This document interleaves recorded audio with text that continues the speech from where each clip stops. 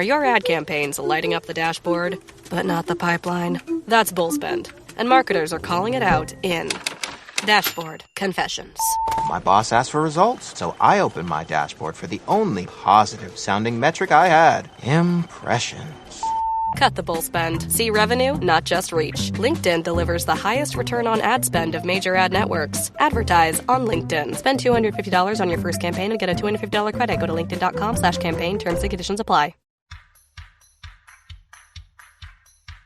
Ladies and gentlemen, boys and girls, Marketing Geeks is back. Is that time again? Marketing Geeks in the house. I'm Andros Sturgeon. And Justin Womack, here from Camarillo, California. And from the Netherlands. But we are in the same part of your ear hole right now. And we are real marketing geeks. Not the fake ones you read about on TV. You read about things on TV? Yeah, we're not the fake ones. That's right. Welcome, everybody, and here we are, and thank you for everyone who has been tuning in, all of our 7 listeners. We got quite a show for you tonight. In the next hour, we're going to go over all sorts of manner of things. We're going to talk about geek news, including how Disney handles reputation management. We are going to get into the latest controversy with Guardians of the Galaxy. We're going to talk about the Google tracking and what they're doing about that. Justin's going to give his Movie Pass update, aren't you? That's right. And don't forget, we still have our weekly sex robot reports. Trading at Schwab is now powered by Ameritrade, giving you even more specialized support than ever before. Like access to the trade desk, our team of passionate traders ready to tackle anything from the most complex trading questions to a simple strategy gut check. Need assistance? No problem. Get 24/7 professional answers and live help, and access support by phone, email, and in-platform chat. That's how Schwab is here for you, to help you trade brilliantly. Learn more at schwab.com/trading. Growing a successful business has never been easy. But whether you're navigating a complex industry or trying to reinvent one, our breadth of banking experts are here to collaborate on market-proven solutions. At KeyBank, we're built to grow with your changing needs, because we're not just here for the business you are now, we're here for the business you'll become. Reimagine business as usual. KeyBank opens doors. Learn more at key.com/B2B. That's right, our Sex Robot Report. And we have a special guest continuing on our whole LinkedIn thing. We've got a very special guest. And that special guest is going to be a surprise in a little bit. We'll get into that. But we have an actual HR person that's going to tell everybody what HR people look for when they are looking for people to hire and using LinkedIn. So we're going to get deep into that. But starting off, I want to give a bunch of shout outs to our 7 listeners because, man, we have had, first of all, again, thank you for everyone who attended the webinar. We are gearing up to do another free webinar for everybody. And that next webinar is going to be a big surprise. We're not going to tell you what it is, but it is going to be awesome. I think we already told them what it was, but it's a surprise. Did we? Yes. It will be a surprise once you realize how awesome it is. Yeah, if you want to know what it is, go back and listen to our prior episode because we're not going to tell you again. That's right. That's right. We got better things to do than repeat ourselves. So anyway, first of all, we've had some people ask us some questions, and we are, part of our job here is to answer your questions, and we want to get this as real time as possible. So a couple of people have reached out to us on LinkedIn, which is really awesome, told us how much they love the show. And if you do love the show, then there is one way you can support the show, because we do this not because we get paid a bucket of money for it, but because we love you. And the best way you could show that you love us is to donate to our show. That's right. We are holding out the hat and panhandling at this moment. And now I'm done. So, but the beauty is that if anyone does take the plunge and decides to throw in 99 cents or $4.99 for us, we would love you for it. But here's what we're going to do. So we're going to be doing about a webinar a month. That's kind of our plan. We'll be releasing a new content webinar each month. For the subscribers that donate to the show, we are going to guarantee you a recording of all of the webinars along with some other supplemental content, and we're probably going to open up a few exclusive group calls in the near future as well. So there's going to be some bonuses for anyone that wants to get in on this donate path. But this is not about that. This is about giving content to you. This is about giving value to our 7 listeners. And so yeah, absolutely. So first of all, someone reached out to you with a question, right? That's right. Yeah, we got an email from Shiri Mandava, who asks, who had attended our LinkedIn webinar and asked, "What advice?" Let me get into the question voice. What advice would you have for a 50-year-old entrepreneur who wants to shut down his business and go back to working as a project manager? So I've got one question for Shiri. Is this basically what you're asking is, if I want to give up working 40 hours a week so I could work 80 hours a week, what's the best way to do that? And the answer is start your own business. So that's the reverse of what he's asking. No, he's a 50-year-old. Oh, he wants to give up 80 hours a week to work 40. in order to work 40 hours a week. That's the answer right there. Well, first of all, that's the trade-off is like when you're running your own business, which Justin and I have done for years, it's a hustle. I mean, you've got to hustle all the time. And that's that's the joke, is that, entrepreneurs are people who work 80 hours a week so they don't have to work 40. And it's, admittedly, it is kind of hard when you're 50. I'm closer to 50 than not at this point. And so when I look for new opportunities, because a lot of people want these young ideas, there is something to be said about having a lot of wisdom. And so it's something to be said about presenting yourself as someone who can teach those young bucks a thing or two without being arrogant about it, but really showing like, hey, I've got a huge background and this is what I've learned. Now, one of the problems with people who are Gen Xers and above is that, and Gen Xer is people who were born around 1970, like I was, is that they tend to rest on their past success. So the best thing I could say for you, Shiri, is that what you need to do is you need to show that not only do you have vast wisdom with what you have previously done, but you need to also show that you know what the current trends are. And that's where LinkedIn Learning will be very helpful to you. So if you have a paid LinkedIn account, make sure that you go in and you just kind of learn the latest jargon, the latest things, latest now, Andros, techniques. We have an HR person in the house right now, and I'm wondering if she would be willing to give her 2 cents on this question, because we're talking about somebody that's been working as an entrepreneur for a lengthy period of time now that wants to get back into the workforce. And so as an HR person, what would you be looking for in terms of like what would make them relevant to the workforce again? That's a really good question. But before we begin, I want to introduce our guest. Because that's a good idea. Yes, so we don't just throw somebody on here.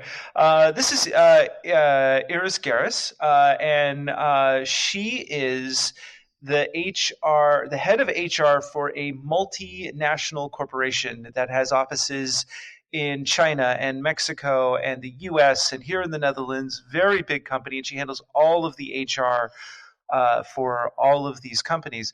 But not only that, she also has run her own business for several years. She understands the nature of being an entrepreneur, but she also understands how to be an entrepreneur in Europe. So she has this really interesting perspective. And so we are very lucky, because one of the reasons I wanted to bring her on as a guest is because we talk a lot about how to find a job with LinkedIn and how to present yourself, but we haven't had anybody who talks about the other side of that, the HR perspective. And there is no one more knowledgeable that I have ever met more than Iris. And so without further ado, I would like to introduce Iris G. Here she is. Well, hello everybody, and thank you, Andros, for your nice introduction. Hi, Justin. Hi. Nice to meet you. A very good question. What I think people from a certain age, 45, 50, do is they think they are too old. And actually, we as HR people, we are fond of people that are elder and have a lot of experience. So, what I think you should do is make clear what is all the extra knowledge, all the extra things you bring to the workplace when you're older. So would you say that when you're considering hiring somebody, would you say that there's a little bit of ageism that goes? I mean, like, how do you view somebody who's like, are they too young? Are they too old? Does that cross your mind, or do you really look at like the skill set that these people have? Like, how does that affect your hiring decision usually? For me, I look at the skill set, I look at the experience. I think it's a great benefit when you are a little bit older. You are able to teach younger people to have special skills. So you don't really see it a problem to that. Like, you don't really count age when you hire somebody. That's not part of your like decision. Not at all. Really? Okay. So No. what? Hold on, I want to ask you a question here. So, because part of this question is two parts here. There's the age, and then the other part is that he was an entrepreneur, so he wasn't working a corporate job recently. So, if you're coming from being your own, being a business owner, what kind of what would be best to share with an HR manager regarding your the fact that you owned your own business? What kind of metrics? What kind of stats? What would you be looking for that would impress you, since this is a person that's been a business owner for the last several years? Well, for me, I would look at the resume at like what customers did this person serve. I would look at the big advantage of entrepreneurs is they're self-starters. They really know how to achieve things, how to build a network, work with several people. So you don't have to tell them what to do. So they that they're going to like just get to work. Well, get the whole idea of being too old out of your head, because that's something that you tell yourself. At this moment, the labor market is very tense. So we are very glad to find people with special skills, with good behavior. Actually, we look more at behavior than at skills. So skip this whole I'm too old thing and emphasize in your resume, in your interview, all the benefits you bring from being an entrepreneur. So you're being commercial, you're being a self-starter, you know how to get your assignments, you know how to do your business. And the big advantage of being an entrepreneur is that you know things about finance, about being a commercial person. You bring your own skills from your own profession. So it's much broader than just being on the same job for 30 years. Oh, that's interesting. Now, I guess to put it, to distill it down, it's kind of like you have to have an element of what they call BDE, which is known as the young people say, that's big dick energy. You just walk into a room and you're just like, yep, I got a big dick. This was like such a high level conversation, and then it just bam. And then I had to open my damn mouth, and that is par for the course with me. But basically, if I'm hearing you correctly, it's not really about the age; it's the attitude that really matters, right? Definitely. Okay, so the answer to the long-winded answer to Sherry's question is, what would you have for a 50-year-old? And it's really you go into it with just like the attitude rules. The attitude is the thing. And so that brings us to one of our other seven listeners. As an entrepreneur, she also mentioned that, talk about your former clients. So if you worked with some big companies, bring them in, because as an entrepreneur, you have a well-rounded skill set. I mean, if you're running your own business or you're leading a company, you've developed a lot of skills. So there's a lot of experience and a lot of value in that. So the age is wisdom. and the entrepreneur background shows that you're capable of doing great things. So I think that's a great way to wrap that up. And it's really about owning it. So then the next question, and this is for you, Iris, is that, okay, so I'm an entrepreneur, right? And I want to close my business and now go to work. What is the most effective answer you could give? Because for me, what the general answer I would give is, well, being an entrepreneur is a lonely life, and I'm ready to work with a dynamic team. I want to work on like larger projects. What is that? I mean, you shook your head when I said that. What do you think is a good answer for somebody if you ask that question? Why do you want to shut down your business and come work for us? What do you say? Well, that's a good question. I think to start with, be authentic and be transparent about your reasons, but don't share everything. The most important thing is bring on the table just what you bring. Of course, they will ask, why are you shutting down your business? Was it not running well? And I think you should avoid that and say, yeah, it was running great, but now I want to bring all the skills and everything I learned back to your business because your position is so interesting that I would really bring everything I've learned back to this company. Oh, okay. So basically you would say, like, again, this goes back to your state of mastery. Like, okay, so I've developed a state of mastery through the years, and I am now ready to take that mastery. My swords are sharp, and I'm ready to serve you, in a sense. Yeah. Yes. Okay. Well, that makes sense. This position is so interesting, and I'm ready to do it now. Okay. Well, that brings me to another question that I got. One of our 7 listeners, Roberta Van, reached out to us and said, I just listened to the podcast on LinkedIn. So helpful. I was laid off from my job in January, and I'm setting up for my next adventure. So this is a question that before I give her bad advice, first of all, thank you, Roberta, for listening to the show. Really appreciate it.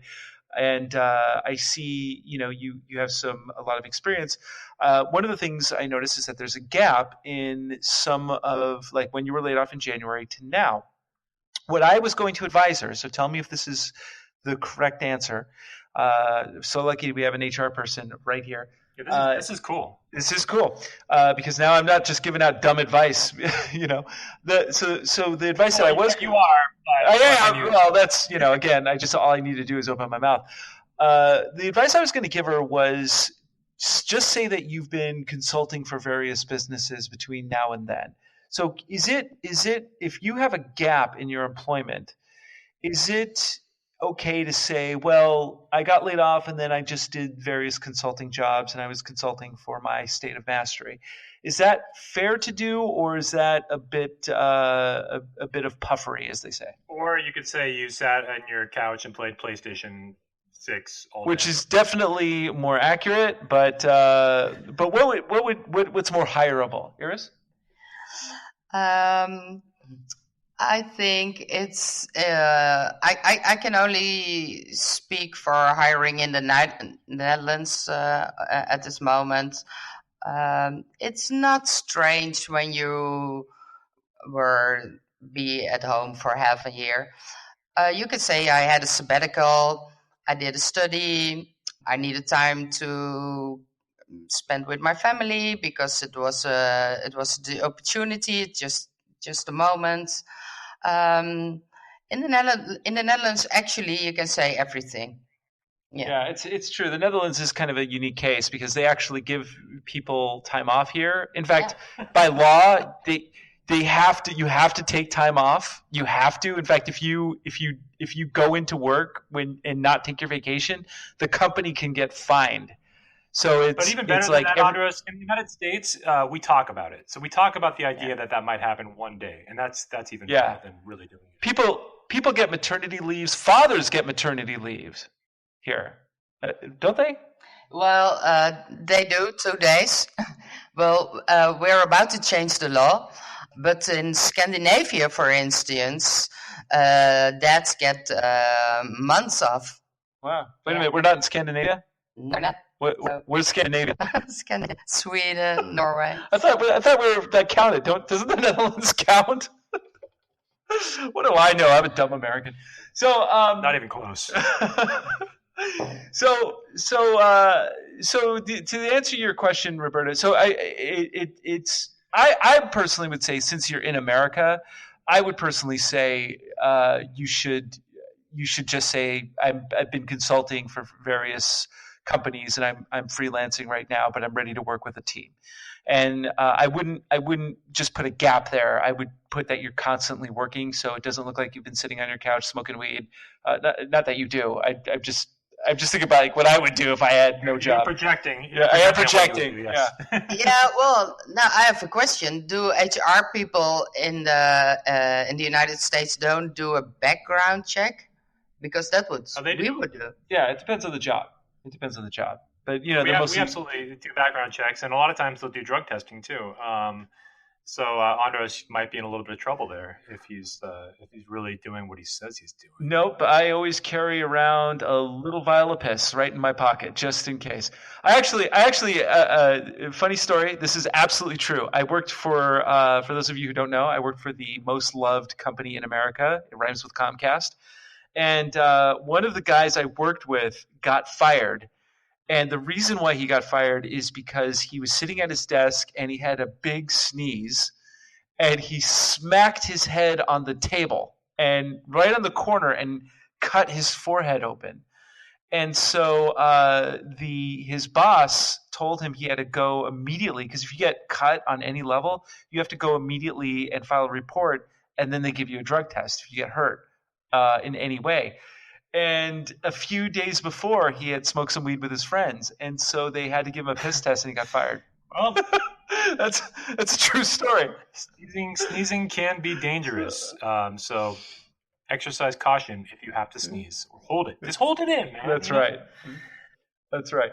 Okay, so just Roberta, the answer to your question is just put your consultant and keep yourself busy by learning some new skills that will also make you more hireable while you're waiting. So you can come back and be like, over the past few months, I also learned all these other things. So it shows that you're like a go-getter. It shows that you have some responsibility. And also, Roberta, why not look into starting your own business? I recommend that everyone create their own LLC anyway. For tax purposes, might be a good idea. We're probably going to do a whole show on that at some point. I want to talk about how I used my American company to get me a work permit so I could stay permanently here in the Netherlands. That's a whole other show. But I want to give a few shout outs to some other listeners. Awesome. Josh Zakel, filmmaker extraordinaire, who has made a incredible documentaries. He won Sundance for Fuel, and he's a brilliant filmmaker. He has a new book coming out called Kiss the Ground, and a movie of the same name. Big fan of our show. I want to give a shout out to Angela Schrock, who reached out to you, Justin, right? Yeah, she just she mentioned that she was a fan of the show and was getting a lot of value out of the show. So thank you, Angela. Yeah, so keep listening, and for each and every one of you, just make sure that you go out and tell 5,000 of your closest friends how great we are. So now we are going to get into some geek news. So to get started on geek news, I wanted to talk about a story that's actually ties right into the HR here, because we're talking about the firing of James Gunn, and we've talked about this a little bit before. But James Gunn actually had a sit-down meeting with the current president of Disney. I forget his name right now. And they put on the table the idea of rehiring James Gunn to Guardians of the Galaxy 3. So if you don't know the story, James Gunn was fired from Guardians of the Galaxy 3. He directed Guardians of the Galaxy 1 and 2. And he was fired after a series of tweets were unearthed by who's the guy that unearthed them, Andros? You tell me who that guy was. It was an alt-right activist, and who basically decided that he wanted to, as he put it, get a scalp because he talked negatively about Donald Trump. So because he tweeted negatively about Donald Trump, he decided to go through 10 years worth of tweets until he found something that was rather incriminating, bring it to light, make a big deal out of it. because Roseanne had just been fired for doing negative tweets. Also by Disney, because she was on ABC. She was on ABC, owned by Disney. That's right. And so what happened, I'm assuming, this is just what I'm assuming, and because there's a lot of stuff that goes on in the back rooms of all of this stuff. Disney, of course, is about to have this major acquisition. They're about to acquire Fox, which is going to be good for all you MCU fans. That stands for Marvel Cinematic Universe, because they the Marvel brand will now have ownership of X-Men and the Fantastic Four again, and Deadpool, and all of these properties, and Deadpool, so they can start integrating it into the larger MCU, which will be wonderful for us. I mean, to me, that's like, who cares if it's a corporate monopoly, as long as I can get X-Men and Fantastic Four along with the Avengers in one film. And we talked about how Disney's launching a Netflix rival. They're launching their own streaming service, so they'll have a huge library of movies to add to it from all the Fox movies too. That's right, and all of this stuff has to go through the FCC. It has to be and who's controlling the FCC right now? Well, that's going to be Donald Trump and his people. So the problem here is this: is that if they hired James Gunn back, then what would happen inevitably is that they could jeopardize the entire merger of Fox and Disney. They could jeopardize having their own streaming service. They could jeopardize a lot of other properties that they have, because some right-wing activists would basically get up in arms and say, well, you fired Roseanne, but you're keeping this guy. But so it would suddenly turn into a political firestorm. So somebody somewhere sat down with a calculator and they said, well, Guardians of the Galaxy ultimately may not make as much money as it normally would. People are going to go see it anyway. And if we have to reboot the entire franchise because we have a bunch of disgruntled people who are just doing the movie for a paycheck, then that's what we're going to have to do ultimately, because at the end of the day, we want this merger to go through. So I think what happened was, although they wanted to hire James Gunn back, they knew that if they did, it would create a firestorm and probably affect them financially on a grander scale. So, Iris, what do you think? Does stuff like that happen in the... That, ladies and gentlemen, was another Andros Sturgeon conspiracy theory. Although I don't think that was really a conspiracy theory. I think that was just like what happened.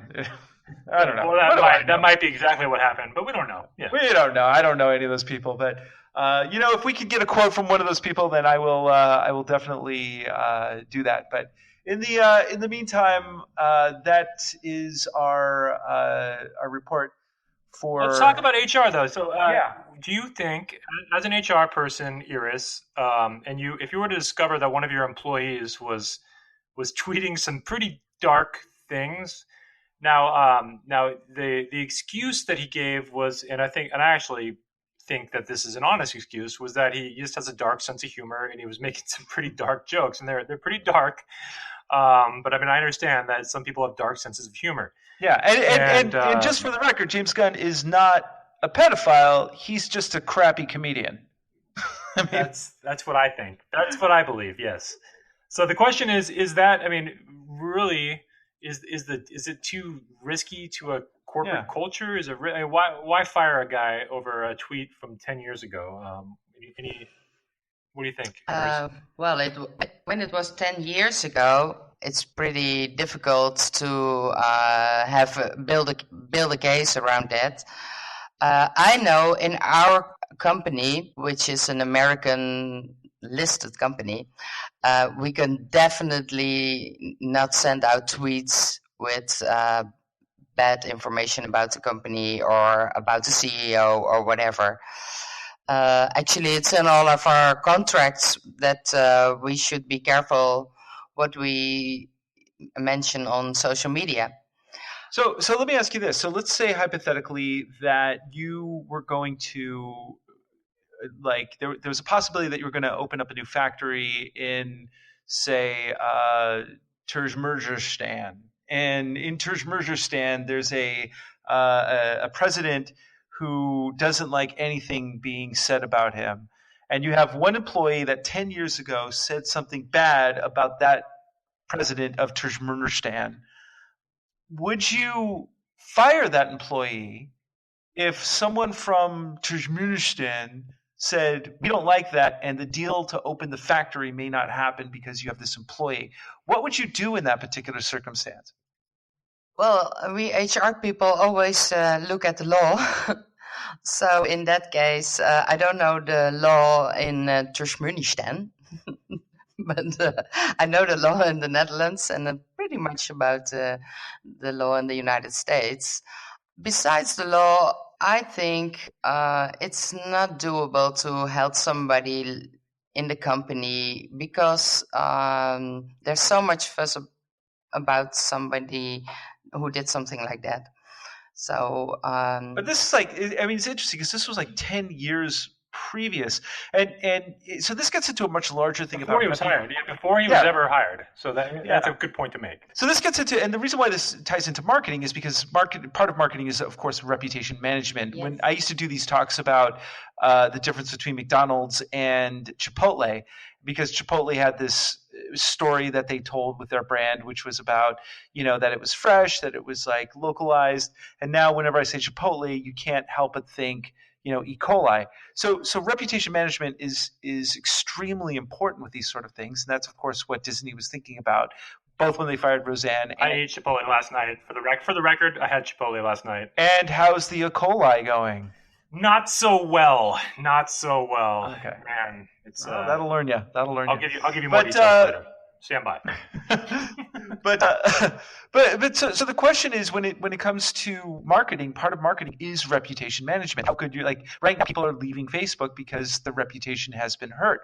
So when you're doing certain marketing, part of what you have to do is you have to make sure that the story you're telling is consistent. We talked about this a few weeks ago when we talked about the nature of Steve Jobs and his reputation, and how he didn't even want to acknowledge his daughter because he felt that it would ruin his reputation on some level.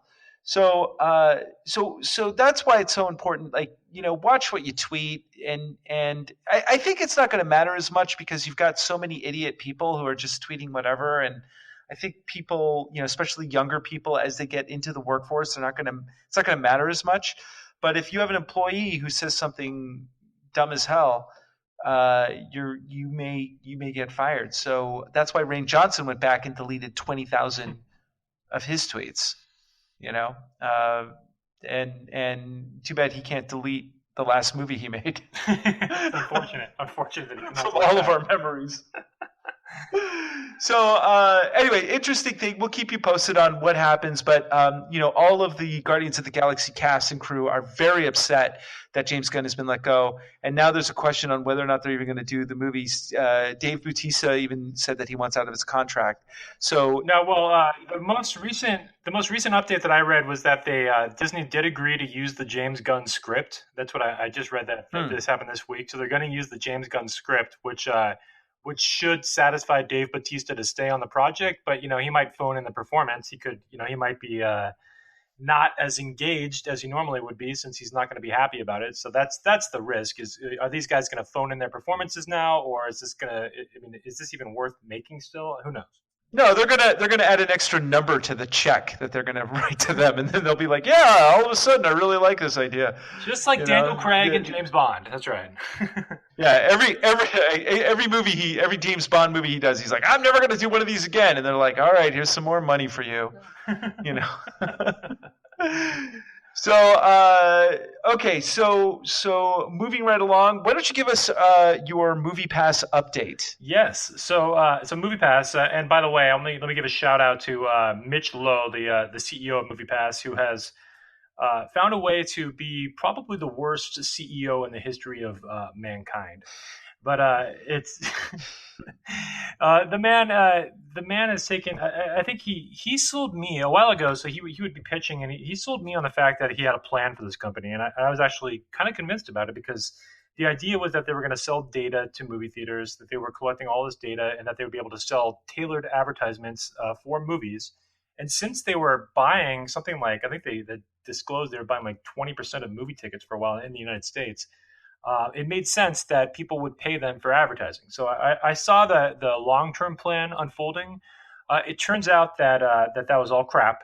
So all that was crap, and they burned too much cash too quickly. Maybe that would have worked had they had an extra $100 billion to sustain their losses, but they ran out of money. And now their latest way of trying to save money is they're now limiting users to only be able to choose between 2 movies a day. So like yesterday, I had the option of going to see either Christopher Robin or Crazy Rich Asians. Those were my 2 options yesterday, and I chose to see neither film.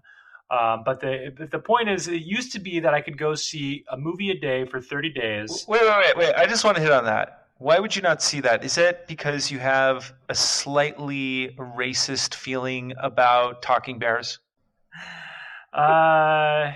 Well, actually, not bears so much, but rabbits. Yeah, rabbits. I don't like rabbits. Listen, they're rabid Americans, buddy. Get with the program. Sorry. I'm trying to be more PC. All right, I'm trying. Or maybe they're just like, there's like some animal fluidity, like they identify as a rabbit, but sometimes they identify as a bear, or they may have been born into a bear's body, but identify as a rabbit. Yeah, well, I will honor their specific pronouns. So if they want to be called, or what is it? It's not a pronoun. I guess it's a species. It's a species. All right. Well, stop. Well, I will honor it. Stop right? being I'm on board. Species. What would that be? That would be if you're ageist or speciesist, which is also known as a spacey, is a spacey, which means that you're just like done, your career's over, and you have to go and hide under a rock until you're dead. That's right. You pulled a Kevin Spacey. So anyway, boy, this is devolving. So I just wonder, how much is your stock worth right now? Oh yes, that's a great question. The stock is it's very valuable.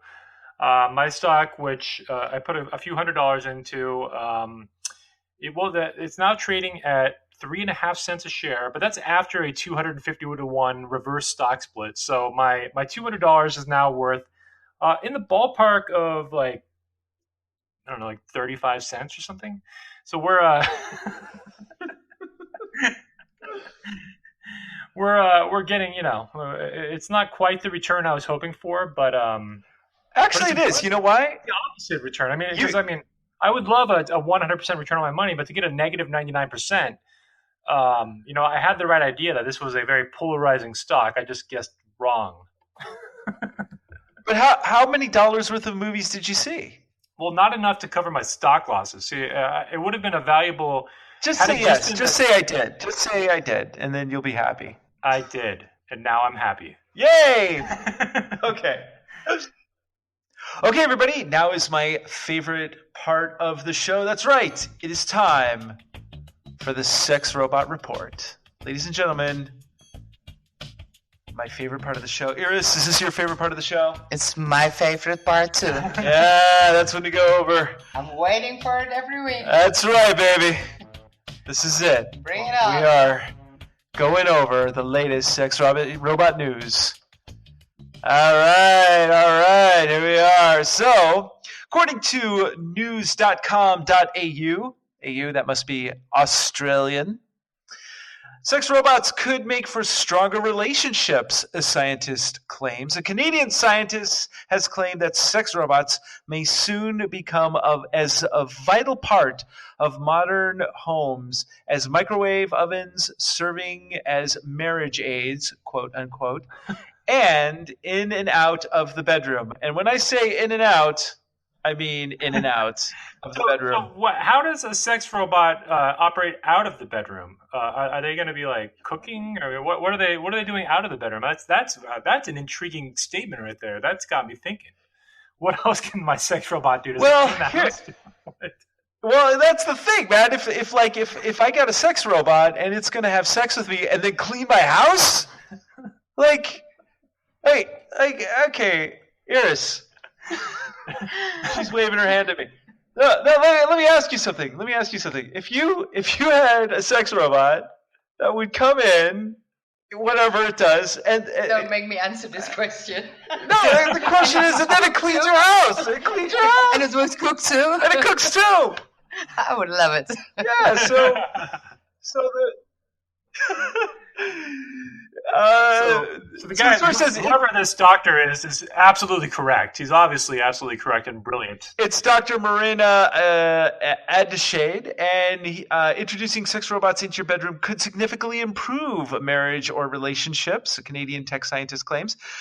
Dr. Marina Adeshade, an expert in how technology and economics influence sex and love from the University of British Columbia, says that sex bots could become as important to married life as the conventional microwave oven. Well, let me tell you something. If I could have sex with my microwave oven, I would definitely be eating a lot more popcorn. Let me ask you something. What if your sex robot had a microwave oven built in? So you can actually microwave. You could be cooking while you're Holy smokes! Not only does it have a microwave oven in it and cook me popcorn, but it also has a PS3. Well, by that time, it'd be like a PS6 built into a PS7. I think they're already on 4, so yeah. So 3 is already. Okay, so a PS7 built into its belly button, and it cleans my house. Now that is a product. We are the wrong business, my friend. I want to go ahead and invent that. So let me ask you something. If a sex robot came and looked for a job, Iris, what kind of qualifications? I'm not going to have you answer that. I'm sorry. I already answered that. She did. If it can cook. She did. So basically, are sex robots going to be as like normal as the microwave oven? I say yes. I mean, look. If it gets that easy and it's that realistic and it cleans everything, I think that that would be it for human relationships. You know? It could be, but unless the sex robot uprising happens and they become self-aware and try to kill us all, which could very well happen because these poor sex robots, they deserve rights too, right? Or do they not? I don't know, unless they just like start doing little tiny protests, like they decide to cook my popcorn just a little too long and then it's always burnt. Oh man, it's burnt? Oh, that's terrible. That'd be horrible. I know. So much for that. And that, ladies and gentlemen, is our Sex Robot Report of the Week. Tune in next week when we will have another update from the sex robot uprising. Well, that was quite a report. That was some fascinating stuff happening in the world of sex robots. But let's get back to the beauty of marketing in the world and HR and LinkedIn. And what are we talking about, Andros? What else is going on in the world today?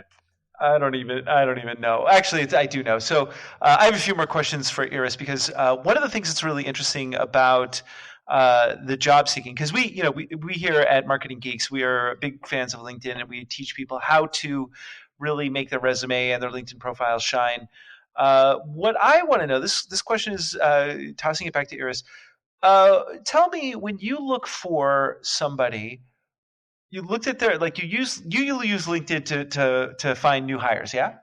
Yes, I do. Okay, so what is that process like when you, from the HR perspective? Because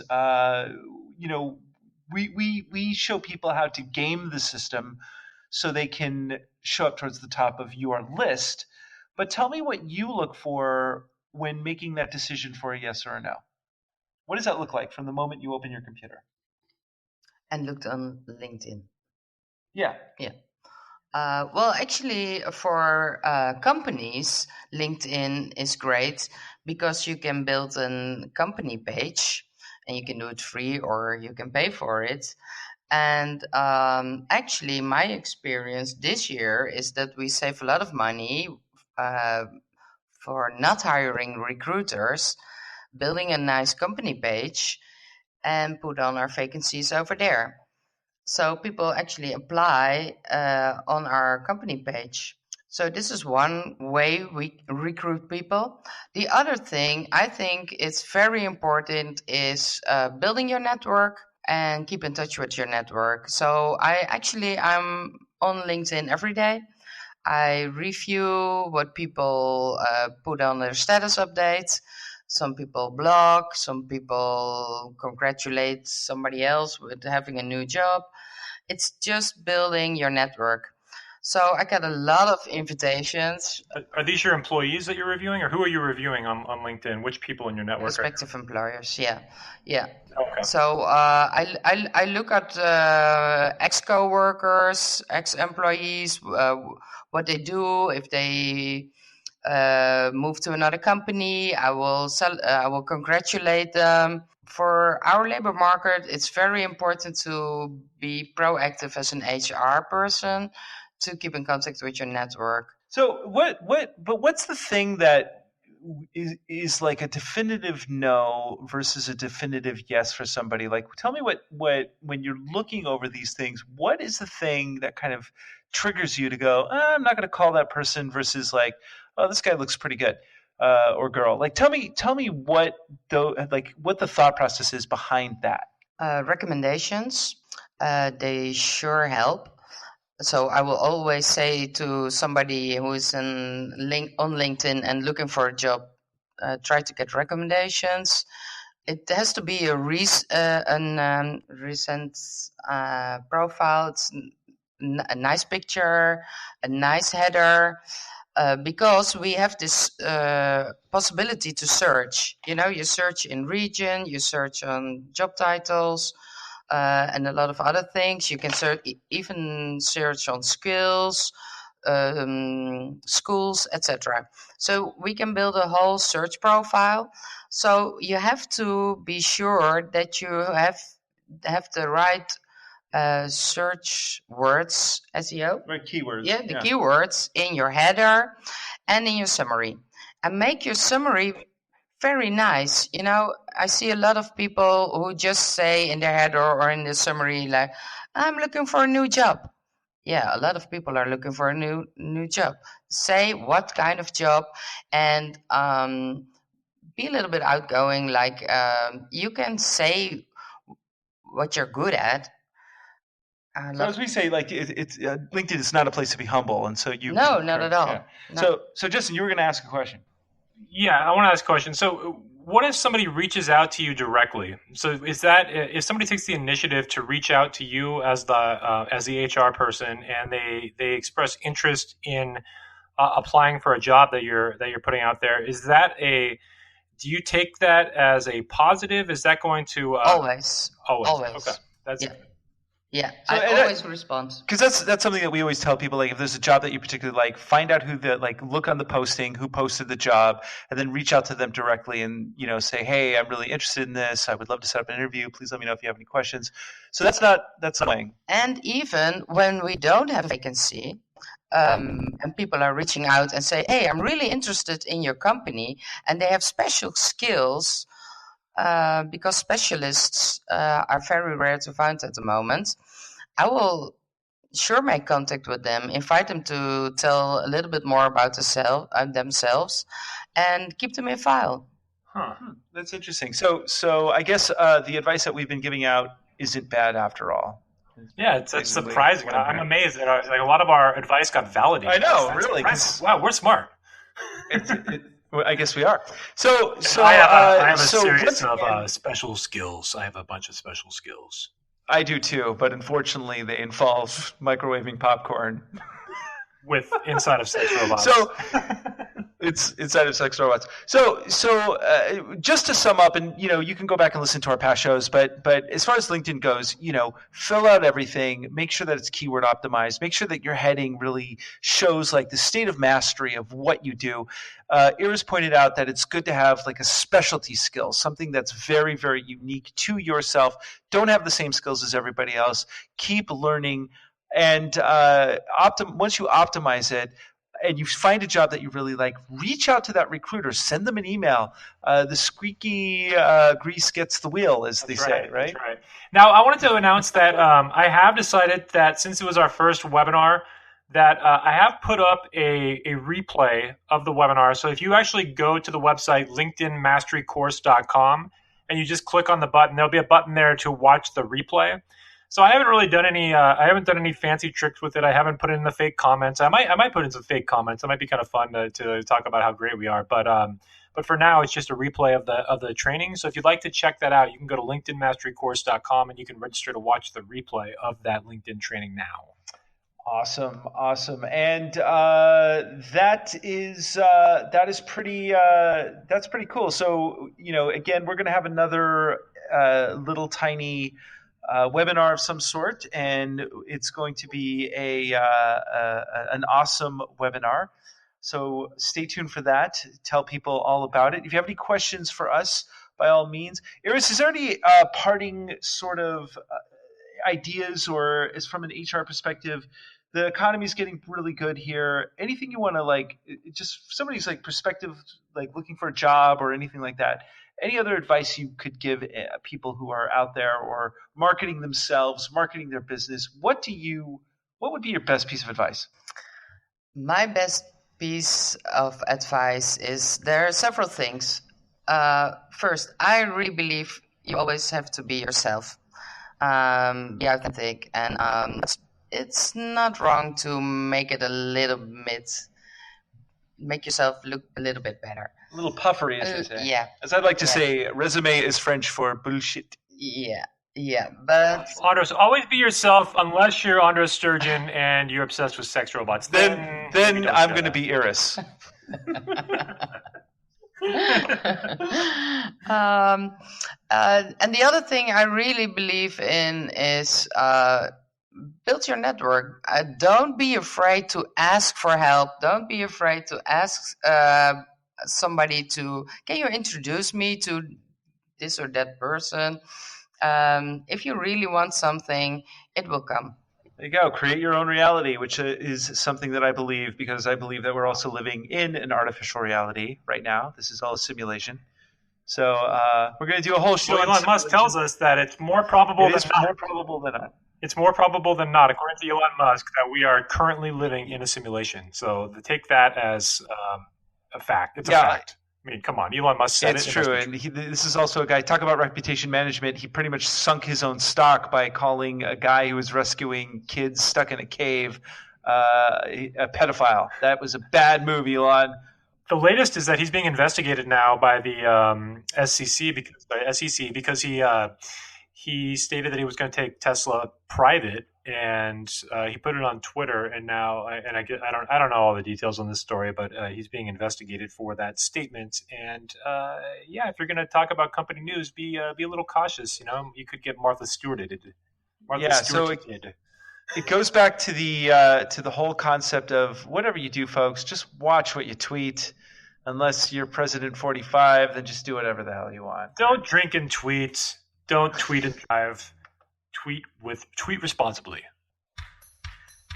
And that concludes yet another fine episode of Marketing Geeks. It's been a pleasure. It's been amazing. And you got the most wonderful sex robot report yet today. That's right. Please tell 500 of your closest friends about us. If you really like the Marketing Geeks, feel free to donate at... Where is that? It's in the description. It's in the summary of the episode. You'll find the donate link. But most importantly, if you want to contact us with your questions, your comments, or your hatred, please reach out to us at realmarketinggeeks@gmail.com. That's right, instead of a Gmail account. So realmarketinggeeks@gmail.com, and send us your questions, and we will address them on air. From the Netherlands, I'm Andros Sturgeon. From all of us at Marketing Geeks, Justin Womack, stay classy. Thank you so much for our special guest, Iris Gerrits. You're more than welcome. Thank you, guys. And if you have any questions for her, I will pass them along. So Anytime. Stay cool, everybody.